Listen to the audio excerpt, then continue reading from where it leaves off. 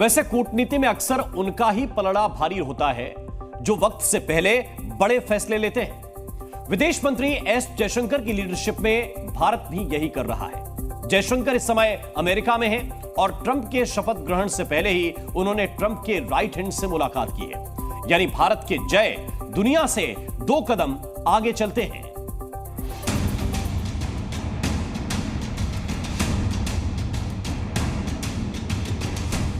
जयशंकर ने एक ट्वीट किया जिसमें वो माइकल वॉल्ज के साथ दिख रहे हैं। वॉल्ज को ट्रंप अपना एनएसए बनाने का ऐलान कर चुके हैं और इस मुलाकात को लेकर जयशंकर ने 2 बड़ी बातें की। विदेश मंत्री बोले कि उन्होंने वॉल्ज के साथ भारत अमेरिका संबंध और वैश्विक मुद्दों पर लंबी बातचीत की। 20 जनवरी 2025 को ट्रंप अपने पद की शपथ लेंगे। उनका कार्यकाल शुरू होगा और उससे 23 दिन पहले ही जयशंकर ने अमेरिका की अगली सरकार के एनएसए कैंडिडेट से मुलाकात की है।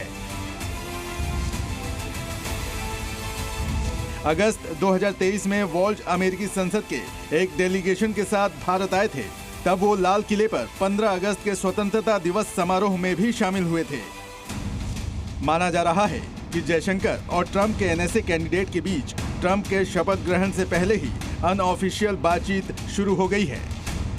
और ये एक अच्छी रणनीति है कि आने वाले ट्रंप प्रशासन से भारत ने पहले ही एक गहरा संपर्क स्थापित कर लिया है, जो कि ट्रंप प्रशासन जब अपना कार्यकाल शुरू करेगा तो उसमें ये जो पहले से किया गया डिलिब्रेशन है, जो पहले से ही जो बातचीत की जो प्रक्रिया आरंभ की गई है, उससे ट्रंप प्रशासन को भारत और अमेरिका के संदर्भों में और भारत और अमेरिका और इंडो पैसिफिक रीजन के विषयों से संबंधित संदर्भों में अपने निर्णयों को लेने में आसानी होगी।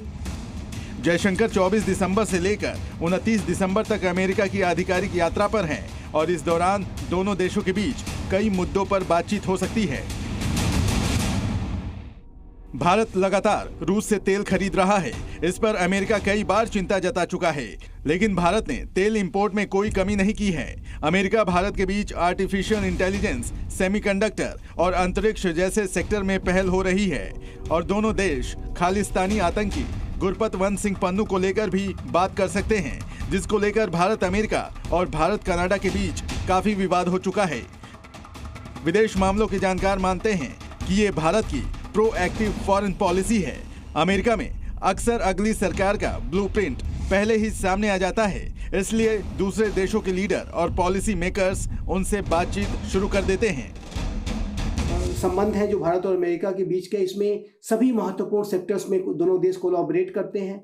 2 विश्व के सबसे बड़े लोकतांत्रिक राष्ट्रों के बीच के संबंध है, तो इन संबंधों में निरंतरता कैसे बनी रहे और ये संबंध हायर ट्रेजेक्टरी को कैसे अटेन करें, इस सारे विषयों पर भी संभव है कि चर्चा हुई होगी।